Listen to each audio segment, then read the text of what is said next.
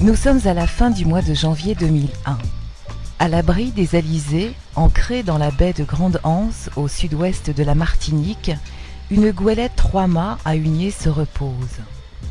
À l'approche d'un tel navire, le désir d'entrer dans la ronde des aventures sur ce symbole de liberté fait jaillir quelques questions.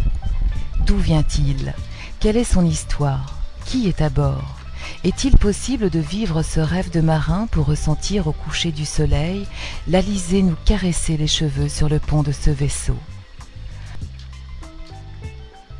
À quelques milliers de milles à l'est, posée à l'Abervrac, en terre de Bretagne, la base nautique de l'Association des Amis de Jeudi-Dimanche contemple la Manche depuis un demi-siècle.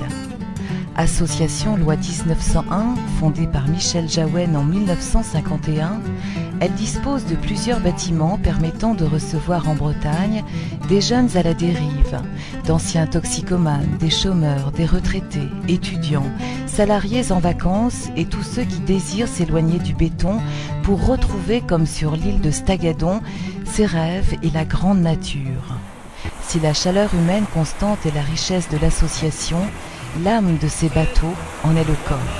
Comme un oiseau, il sait haut, son petit yacht, 18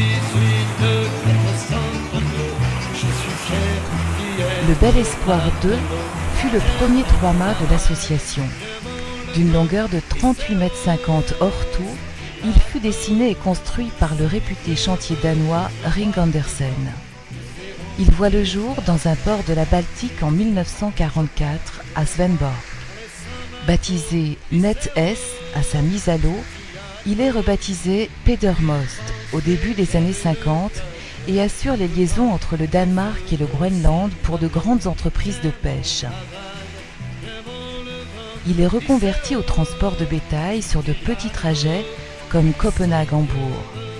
Le voilier est ensuite racheté en 1955 par le British Outward Bound Trust et est rebaptisé Prince Louis II. Il sera alors géré par la Moray Sea School, une école de voile anglaise jusqu'à 1968, date à laquelle il devient propriété de l'AJD. Succédant au premier Bel Espoir du père Jahouen, un qu'autre pilote de 11 mètres, le bateau est nommé Bel Espoir II. La première croisière vers les Antilles date de 1971. 30 ans plus tard, à la mi-décembre, il remet cette année encore le cap au sud. Un temps relativement clément accueille les 35 personnes présentes à bord, dont 10 membres d'équipage. Le vent souffle de l'est et apporte avec lui les basses températures hivernales, mais lisse aussi le redouté golfe de Gascogne au grand soulagement des estomacs non encore amarinés. Originaires des 4 coins de France, de Belgique, du Canada, de tous milieux sociaux, des hommes et des femmes ont embarqué pour vivre 5 semaines de traversée de l'Atlantique.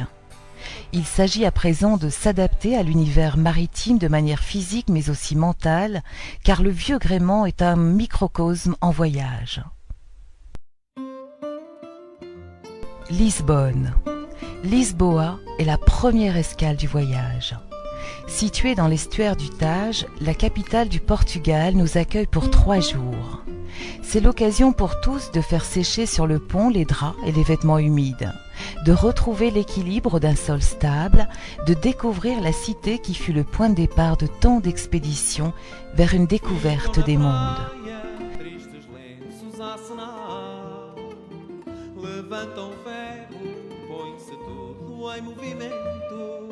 Le Bel Espoir se repose de son sprint et arbore son langage maritime.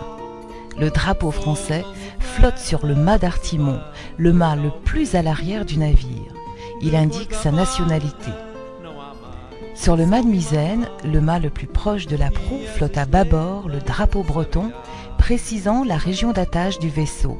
À tribord apparaît le drapeau national du pays qui nous accueille. Le soleil se couche sur le fort de Lisbonne et le temps est venu pour tous de reprendre la mer. The Rockies to the pond is broken up and gone again.